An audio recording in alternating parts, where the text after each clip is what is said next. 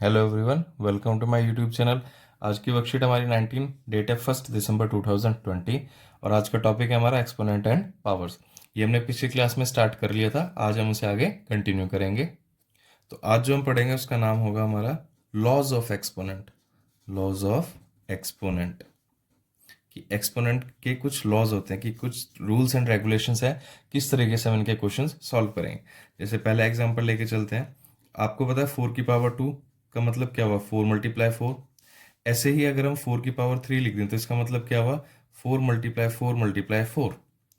और next line में अगर हमारे पास क्वेश्चन ऐसा है कि 4 की पावर 2 मल्टीप्लाई 4 की पावर 3, तो ये क्या हो जाएगा, 4 × 4 मल्टीप्लाई। अब 4 को हम 3 बार लिखेंगे। अगर अब हमें इसे पावर्स में लिखना हो, जैसे हमने प्रीवियस क्लास में देखा था कि 4 कितनी बार लिखा है, 1 2 3 4 5, तो हम इसे क्या लिख सकते हैं, 4 की पावर 5। तो यही हमारा फर्स्ट लॉ है। आपको याद रखना है, ये हमारा फर्स्ट लॉ क्या है कि अगर ए की पावर एम दी हुई है मल्टीप्लाई ए की पावर एन, मतलब बेस आपके पास सेम है और पावर्स अलग अलग है। जैसे यहाँ था बेस सेम है 4 पावर्स अलग अलग है, तो हम क्या करेंगे, ए की बेस लिखेंगे और पावर्स को प्लस कर देंगे। तो आपको याद रखना है ये है हमारा फर्स्ट लॉ। जितने भी लॉज होंगे हम ऐसे बॉक्स में बना लेंगे ताकि आपको वो अलग से हाईलाइट हो जाए। तो पहला लॉ क्या हुआ कि अगर आपके बेस सेम है तो पावर्स आपकी ऐड हो जाएंगी। बेस सेम है, पावर्स ऐड हो जाएंगी कब, जब दोनों के बीच में मल्टीप्लाई का साइन लगाओ। आपको सिर्फ ये याद रखना है, अगर बेस सेम है मल्टीप्लाई हो रहा है तो पावर्स ऐड हो जाएंगी। एक एग्जांपल लिख के देख लेते हैं साइड में एक और। जैसे हमारे पास ऐसे है 3 की पावर 2 मल्टीप्लाई 3 की पावर 7, तो हम इसका क्या कर देंगे, बेस सेम है दोनों, तो मल्टीप्लाई का साइन है तो पावर्स क्या हो जाएंगी, ऐड। तो हम इसे डायरेक्ट लिख सकते हैं 3 की मल्टीप्लाई 2 + 7, तो ये क्या हो जाएगा 3 की पावर 9। किसकी हेल्प से, इस लॉ की हेल्प से। ये हमारा फर्स्ट रूल है कि हम एक्सपोनेंट्स को किस तरीके से सॉल्व करेंगे। तो ये आ गया 3 की पावर 9। ऐसे ही अब पढ़ते हैं हम सेकंड रूल। सेकंड में क्या है हमारा, डिवीजन के लिए सेम क्वेश्चन ले लेते हैं कि अगर हमारे पास 4 की पावर 3 अपॉन में 4 की पावर 2 दिया हुआ है, तो क्या करेंगे। तो इसका मतलब क्या हुआ कि 4 × 4 × 4 हो गया और नीचे क्या आ गया, 4 × 4। तो जब आप इसे सिंप्लीफाई करोगे कि एक 4 से ये कट कैंसिल हो गया, इससे ये कैंसिल हो गया, ऊपर सिर्फ क्या बचा 4 और उसकी पावर कितनी है 1। तो यही हमारा अब सेकेंड लॉ हो जाएगा। ये हमने फिर से बॉक्स के लिए तैयार कर लिया कि अगर आपके पास बेस सेम है a की power m divided by a की पावर m, हमारे पास बेस सेम है, पावर्स अलग है लेकिन डिवाइड हो रहा है, तो क्या करेंगे, बेस लिख के पावर्स को क्या कर देंगे, सब्ट्रैक्ट a की पावर m - n। तो ये हो गया हमारा ऐसे ही सेकंड रूल। ये है हमारा सेकंड रूल। सेकंड रूल में क्या हुआ कि अगर आपके पास बेस सेम है, डिवाइड हो रहा है, तो पावर्स सब्ट्रैक्ट हो जाएगी। सेम ऐसे ही एग्जांपल लिख लेते हैं कि हमारे पास 3 की पावर 7 डिवाइडेड बाय 3 की पावर 2 दिया हुआ है। तो अब आप देखेंगे कि डिवाइड हो रहा है, बेस सेम है, तो पावर्स क्या हो जाएंगी, सब्ट्रैक्ट। तो हम इसे लिख सकते हैं 3 की पावर 7 - 2, तो क्या हो जाएगा 3 की पावर 5। इस तरीके से अब बढ़ते हैं हम अपने तीसरे रूल की तरफ। तीसरे में क्या है, अगर एग्जांपल लिया कि 2 की पावर 3 है और इसकी भी होल पावर 2, तो इसका मतलब क्या हुआ कि 2 की पावर 3 2 बार मल्टीप्लाई हुआ है, 2 की पावर 3 मल्टीप्लाई 2 की पावर 3। और इसे ही हम कैसे लिख सकते हैं फिर, 2 × 2 × 2, और ये भी मल्टीप्लाई का साइन है तो ये भी 3 बार आ जाएगा। तो आप देखो कितनी बार, 1 2 3 4 5 6, तो ये टोटल कितना हो गया 2 की पावर 6। तो यही हमारा तीसरा रूल हो जाएगा कि अगर आपके पास बेस दिया हुआ है, उसकी पावर m है और होल की पावर n है, तो इसे हम क्या लिख सकते हैं, a की पावर m मल्टीप्लाई n। ये हो गया हमारा तीसरा रूल। तो अगर हम तीसरे से रूल को दोबारा से देखें तो क्या समझ सकते हैं इससे, कि हमारे पास ये एग्जांपल है, एक और करके देख लेते हैं कि ऐसे लिखा है 3 की पावर 2 की पावर 3, तो ये क्या हो जाएगा 3 की पावर 2 मल्टीप्लाई 3, और 2 मल्टीप्लाई 3 कितना हो जाएगा 3 की पावर 6। तो ये है हमारा तीसरा रूल। अब बढ़ते हैं हम अपने फोर्थ रूल की तरफ। अब करते हैं कि हमारे पास बेस अलग है लेकिन पावर सेम। जैसे 2 की पावर 3 मल्टीप्लाई 3 की पावर 3। अब यहाँ पे आप देखोगे बेस दोनों अलग है लेकिन पावर सेम है, यहाँ भी 3 है, यहाँ भी 3 है। तो इसमें क्या करेंगे हम, अगर आप इसे सिंप्लीफाई करके देखें तो 2 × 2 × 2 हो गया, और ये क्या हुआ 3 मल्टीप्लाई 3 मल्टीप्लाई 3। अगर आप इसके पेयर बनाओ तो ये क्या हो जाएगा 6, इससे भी 6 आएगा और इससे भी 6 आएगा। तो हम इसे क्या लिख सकते हैं, हम 6 मल्टीप्लाई 6 मल्टीप्लाई 6, और ये 6 3 बार है तो इसे क्या हो जाएगा 6 की पावर 3। तो यहीं से हम अपना फोर्थ लॉ लिख सकते हैं। फोर्थ लॉ क्या हो जाएगा कि अगर आपके पास, पहले हमने लिया बेस की पावर m मल्टीप्लाई, अब दूसरा बेस जो लेंगे वो ले लिया हमने b, क्योंकि बेस अलग है लेकिन पावर सेम है, तो इसे हम क्या लिख सकते हैं a मल्टीप्लाई b की पावर m। तो ये हो जाएगा हमारा फिफ्थ, ये फर्स्ट सेकंड थर्ड फोर्थ, ये हमारा फोर्थ लॉ। तो फोर्थ लॉ क्या हो जाएगा, अगर हम इसे फिर से एक एग्जांपल लेके करें कि 4 की पावर 2 मल्टीप्लाई 5 की पावर 2, तो इन दोनों को हम लिख सकते हैं इस लॉ की हेल्प से कि 4 मल्टीप्लाई 5 इसकी होल पावर 2। तो 5 इंटू 4 क्या हो जाएगा 20, और ये हो जाएगा 20 की पावर 2। ऐसे ही इसी में अगर हमारे पास डिवीजन आ जाए तो वो बन जाएगा हमारा फिफ्थ रूल। तो डिवीजन कर लिया हमने कि 2 की पावर 3 मल्टीप्लाई 3 की पावर 3, मल्टीप्लाई का भी देखा। अभी इसी क्वेश्चन को चेंज कर दें अगर हम, कि मल्टीप्लाई की जगह हमारे पास क्या है अब डिवीजन, तो डिवीजन में भी सेम करेंगे। ये क्या है 2 की पावर 3 मल्टीप्लाई 2 मल्टीप्लाई 2, और नीचे क्या आ जाएगा 3 मल्टीप्लाई 3 मल्टीप्लाई 3।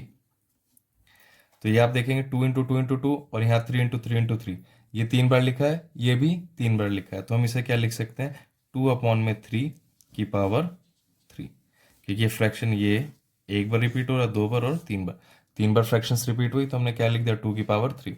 तो यही जब हम इसे रूल की फॉर्म में लिखेंगे तो ये क्या बन जाएगा हमारा, अगर a की पावर m है, डिवाइड हो रहा है b की पावर m से, अब बेस अलग है लेकिन पावर्स सेम है, तो ये क्या हो जाएगा a/b इसकी होल पावर m।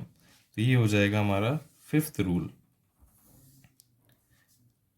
इसी में एक और एग्जांपल भी लिख के देख लेते हैं साथ साथ फिर से, कि हमारे पास दिया हुआ है 3 की पावर 7 डिवाइडेड बाय 4 की पावर 7। तो हम इसे क्या लिख सकते हैं 3/4 की होल पावर 7, क्योंकि यहाँ पे बेस अलग अलग है, डिवाइड का साइन है, इसलिए बेस एज इट इज लिखा और पावर 1 हो गई। तो अब तक हमने टोटल 5 लॉज पढ़ लिए हैं। तो अगर हम दोबारा एक बार देखें उन्हें, तो पहला क्या था हमारा, अगर बेस सेम है मल्टीप्लाई हो रहा है तो पावर्स क्या हो जाएंगी ऐड हो जाएंगी। दूसरे में बेस सेम है डिवाइड हो रहा है तो पावर्स क्या हो जाएंगी सब्ट्रैक्ट हो जाएंगी।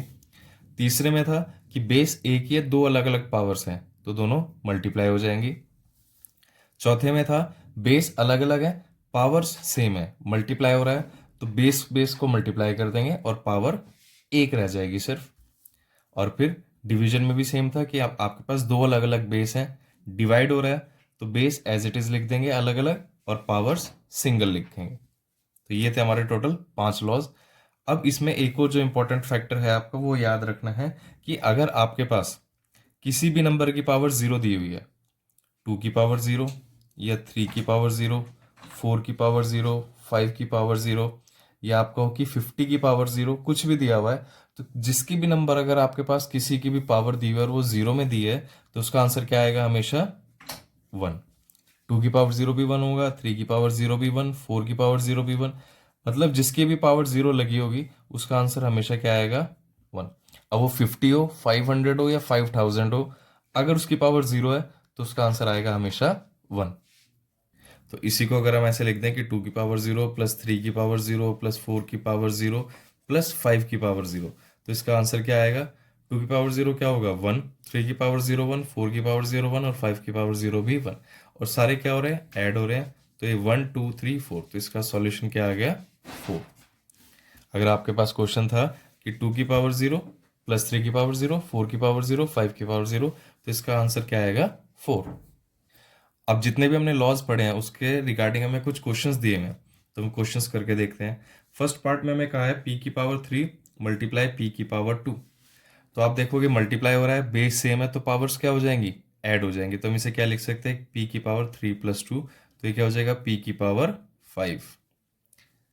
बस आपको याद रखना है कि बेस सेम है मल्टीप्लाई हो रहा है तो पावर्स ऐड हो जाएंगी। ऐसे नेक्स्ट पार्ट में हमें दिया हुआ है -4 की पावर 100 मल्टीप्लाई हो रहा है -4 की पावर 20 के साथ, -4 की पावर 20। तो आप देखोगे दोनों का बेस सेम है, -4 मल्टीप्लाई हो रहा है, तो पावर्स क्या हो जाएंगी, ऐड हो जाएंगी। तो यहाँ से हम लिख सकते हैं -4, ऊपर क्या आ जाएगा 100 + 20, तो ये लिख देंगे -4 की पावर 120। ये आ गया हमारा फर्स्ट क्वेश्चन। ऐसे हमें फिर से सेकंड क्वेश्चन के मतलब दूसरे लॉग से कुछ क्वेश्चंस दिए हुए हैं। पहला क्वेश्चन है 20 की पावर 15, अब ये हो रहा है डिवाइड, 20 की पावर 15 डिवाइडेड, और फिर लिखा है 20 की पावर 13। तो आपने ये लॉ अभी पढ़ा था सेकंड, कि अगर बेस सेम है, डिवाइड हो रहा है, तो पावर्स क्या हो जाएंगी, सब्ट्रैक्ट। तो यहाँ पे हम डायरेक्ट क्या लिख सकते हैं 20, ये आ जाएगा 15 - 13, ये क्या आ जाएगा 20, 15 - 13 कितना आ जाएगा 2, तो ये आ जाएगा 20 की पावर 2। आपको पेपर में ये याद रखना है कि जब भी आप इस तरीके से क्वेश्चन लिखेंगे तो आपको यहाँ पे ये मेंशन करना पड़ेगा कि ये ऐसा आपने क्यों लिखा। तो आपको यहाँ पे जो हमने लॉज लिखे थे उसी की फॉर्म में ऐसे लिखना पड़ेगा कि a की पावर m मल्टीप्लाई a की पावर n, तो ये क्या हो जाता है a की पावर m + n। ऐसे ही इस क्वेश्चन के लिए आपको मेंशन करना पड़ेगा कि a की power m divided by a की पावर n, तो वो हो जाएगा a की पावर m - n। अगर दो पार्ट्स हैं तो आप एक पार्ट में बता दो कि आपने ये फॉर्मूला यूज किया और इसका आंसर ऐसे निकाला। ऐसे इसका बी पार्ट दिया हुआ है 7 की पावर 13 डिवाइडेड बाय 7 की पावर 10। आपने देखा बेस सेम है, डिवाइड हो रहा है, तो पावर्स क्या हो जाएंगी, सब्ट्रैक्ट। तो ये क्या लिख सकते हैं 7 की पावर 13 - 10, तो ये क्या हो जाएगा 7 की पावर 3। ऐसे ही फिर नेक्स्ट क्वेश्चन देखते हैं। नेक्स्ट क्वेश्चन ए पार्ट हमें दिया हुआ है 6 की पावर 2 की होल पावर 10। तो यहाँ पे भी हम मेंशन करेंगे कि हमने एक प्रॉपर्टी पढ़ी थी कि a की पावर m और उसकी पावर n दी हुई है, तो क्या लिख देंगे a की पावर m × n। ये प्रॉपर्टी पढ़ी थी हमने, लॉ पढ़ा था तीसरा। तो यहाँ से भी यही हो जाएगा 6 की पावर 2 × 10, तो ये हो जाएगा 6 की पावर 20। ऐसे इसका बी पार्ट हमें दिया हुआ है। बी पार्ट में 7 की पावर 50 और इसकी पावर 2, तो ये क्या हो जाएगा 7 की पावर 50 × 2, और जैसे ही 50 × 2 होगा तो ये क्या हो जाएगा 7 की पावर 100, और इस लॉ की हेल्प से। ऐसे ही नेक्स्ट क्वेश्चन हमारा है ये पार्ट a की पावर 2 × t की पावर 2। अब आप देखोगे पावर सेम है लेकिन बेस अलग है। ये वाला भी जो हमारा रूल था उसके लिए क्या था हमारा कि a की पावर m दी हुई है मल्टीप्लाई b की पावर भी हमें m दी हुई है, तो हमने क्या करा था a × b लिखा था ब्रैकेट में, और पावर क्या आ गई थी दोनों की m। तो ऐसे ही यहाँ हो जाएगा a × t लिखेंगे और दोनों की पावर क्या आ जाएगी 2। तो हम इसे ये ऐसे भी लिख सकते हैं कि at की पावर 2, a और t को मल्टीप्लाई करके क्या लिख दिया सीधा at की पावर 2। ऐसे इसका बी पार्ट में हमें दिया है -2 की पावर 4 मल्टीप्लाई -3 की पावर 4। फिर से बेस अलग है लेकिन पावर सेम है, तो हम क्या करेंगे -2 × -3 की होल पावर 4। और जब -2 और -3 मल्टीप्लाई माइनस माइनस मल्टीप्लाई होंगे तो क्या आ जाएगा प्लस का नंबर, तो ये क्या आ जाएगा 3 × 2 6 की पावर 4। इस तरीके से ये आ गया हमारा क्वेश्चन, और ये इसी रूल की हेल्प से। ऐसे नेक्स्ट क्वेश्चन का फर्स्ट पार्ट हमें दिया 2 की पावर 5 डिवाइडेड बाय b की पावर 5। तो ये हमने अपना फिफ्थ रूल जो पढ़ा था उसमें ये पढ़ा था कि अगर a की पावर m और डिवाइड हो रहा है b की पावर m से, मतलब बेस अलग अलग है, डिवाइड हो रहा है और पावर सेम है, तो हम क्या करेंगे a/b फ्रैक्शन बना के इसका इनकी a की पावर लगा देंगे m। ऐसे यहाँ पे करेंगे हम, तो ये क्या हो जाएगा 2/b और इसकी a की पावर आ जाएगी 5। नेक्स्ट पार्ट में हमें दिया 5 की पावर 6 डिवाइड हो रहा है -2 की पावर 6 से। फिर से सेम वही, ये क्या आ जाएगा 5/2 की होल पावर 6। इसे हम माइनस ऊपर लिखें या नीचे लिखें कोई फर्क नहीं पड़ेगा, तो ये क्या हो जाएगा -5/2 की पावर 6। तो जब आप सिंप्लीफाई भी करेंगे तो आप देखेंगे माइनस का साइन है और पावर इवन है, तो जब भी माइनस का साइन और पावर इवन हो तो वो उसका आंसर हमेशा पॉजिटिव में आएगा। लेकिन हमें तो यहीं तक रखना है, तो हमारा फाइनल आंसर यही हो जाएगा। बस आपको एग्जाम में फिर से एक बार याद दिला देते हैं क्या लिखना है। जब भी इस तरीके से क्वेश्चन आएगा तो आपको वो प्रॉपर्टी मेंशन जरूर करनी है, वो रूल मेंशन करना है कि जिसकी वजह से आपने इसको एक्सपोनेंट और पावर्स को ऐसे डिटेल में लिखा। वीडियो को लाइक करें, शेयर करें और चैनल को सब्सक्राइब करना ना भूलें। रेगुलर अपडेट्स के लिए आप बेल आइकन को भी प्रेस कर लें। Thank you.